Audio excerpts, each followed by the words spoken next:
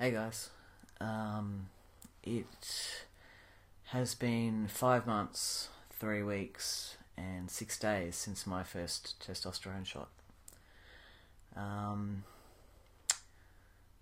Couple of again significant changes.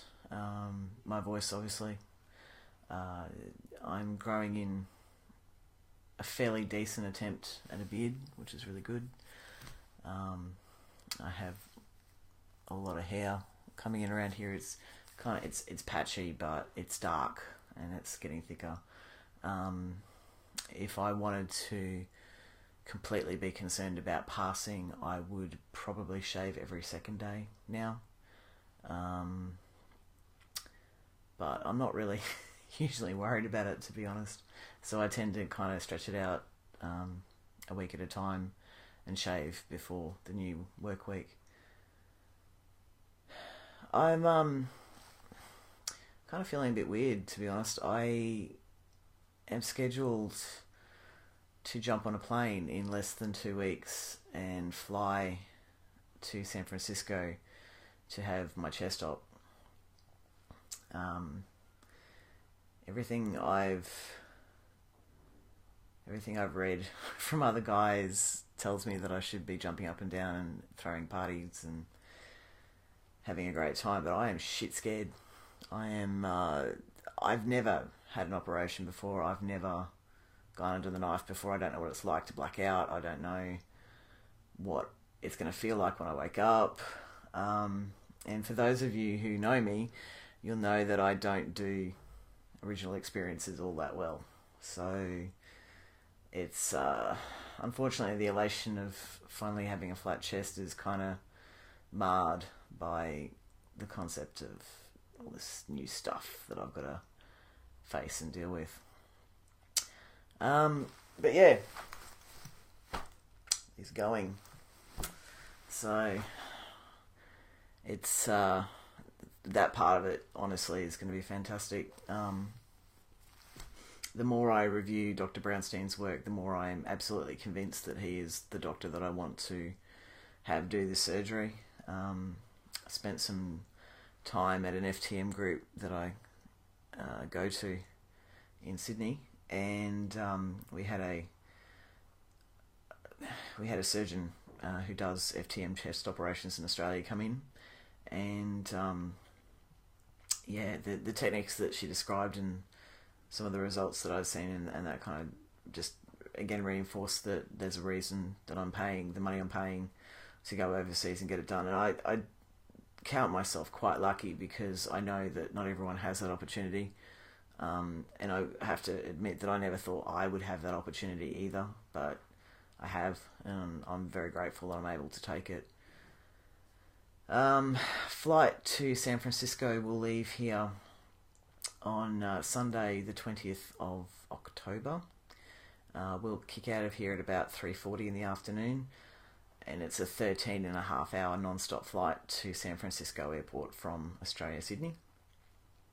Mel and I have purchased vast quantities of electronics and battery power and stuff to keep us occupied for the trip over, and we've also bought a thing called a sky pillow for each, which I'll show you some pictures and some links of. I am completely incapable of sleeping sitting up in a chair, and kind of scoured the internet looking for a solution so that I could sleep in the chairs that are on the plane. So kind of funky little thing, and everyone I've sort of showed it to has gone, wow, I wish I'd thought of that. So I'll share that with you guys if you're perchance ever going on a long trip to maybe get some chest work done. My operation will take, all going well, between 2 to 3 hours. And it's been bumped up from midday on the Wednesday of the 20th. Shit, I got that wrong. Sorry, my flight's on the 17th.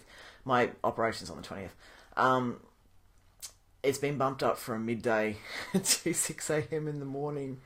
So I can foresee that my levels of sleep are not going to be great the night before that one, which is cool.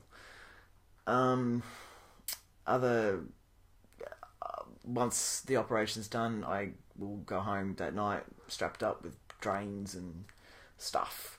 And we're seeing a pretty steady stream of friends who will be visiting us while we're in the States, which is awesome. So hopefully I'll have lots of people around to take my mind off of the fact that I want painkillers, because I'm a big sook, as well as being concerned about the operation in general.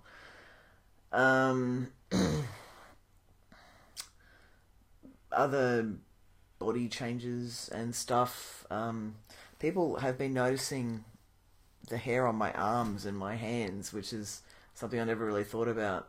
Because kind of you go on T and you think, ooh, face hair and chest hair and stomach hair and stuff, but you don't really think about your arms or your hands. I'm definitely growing in a lot more hair on my arms, which is to be expected. My singing voice has been smashed to hell, for those of you out there, Jake, who might be concerned about that. Be concerned, but don't be too concerned, because in all honesty, it's destroyed my ability to sing where I used to sing, but I can still hold pitch and hold tone, just deeper. And because my lower registers aren't strong yet, that's why it's not working, but I'm still able to hold tone. So don't be stressed, because I think over time, with building it up and practice, it'll all come back. It'll just be lower where it should be. Other stuff. I am growing in a small rug on my stomach. My chest is failing miserably in developing the level of chest hair that I would have liked to have had before I went in for the operation. But I'm sure that'll come. At the moment, I'm just going to be a big furry stomached guy. Nothing on the back.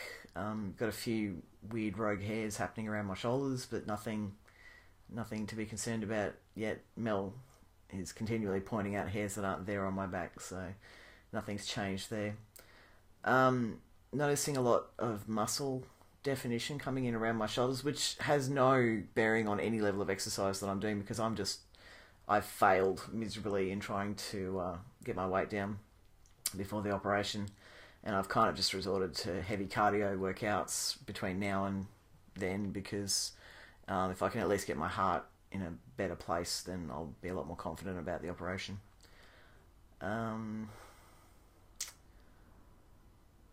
What else to talk about? I've got everything in line a lot more quickly than I expected. So things that I'm taking with me, stuff like my therapist letter, all I had to do was ring and ask and explain what I was doing. I have a appointment with the Australian Passport Office tomorrow at 3, and they will be issuing me with a 1-year temporary gender-identified male passport, which will cover me for the purposes of this trip, and also any other trips that I need to take between now and getting my histo, so that I can properly identify as gender male, which is cool. The guys at the passport office, I literally just called and just said, look, I need to get a passport for the purposes of gender assignment surgery. They knew exactly what to do. They knew exactly how to deal with me, which was surprising, to be honest, because I didn't expect that from, I suppose, a government department, but I was pleasantly surprised. So tomorrow I go in and sign some stuff, and they give me a new passport, which will be cool. Other stuff, I've got all the letters and stuff that I need for Dr. Brownstein to proceed, so surgery consent form, allergies form, patient confidentiality, all that sort of stuff that he has provided to me to sign to bring back when I come for the actual pre-op appointment, which will happen the day before. Pre-op appointment is where he will spec up my chest. We'll talk about what to expect from the procedure. He'll take a sample to make sure that there's nothing wrong with me so that the surgery can proceed. And I think that's pretty much it. The Australian dollar is being an absolute champion for me at the moment. I think it's on 97.2 cents in the US dollar. So things have worked out really well. everything has just fallen into place, which is great. So now all I've got to do is just get through it, in one piece or two pieces, the cases may be, and go from there. So I know that I will be updating you guys a lot more frequently over the next month, so stay tuned, because I'll have certainly a lot of time and a lot to talk about during that period. I will be documenting as much as I possibly can of the operation. Brownstein is very unique in the fact that he will not let you video the unveiling of the chest, but I'm going to be taking a lot of video and stuff during every possible option that I can. So because I found that quite helpful with some other Australian guys who've gone over and done the same thing, so I'll be adding to the pool of knowledge. But other than that, hope all is well out there, and I'm looking forward to catching you guys from the other side. I'll see ya.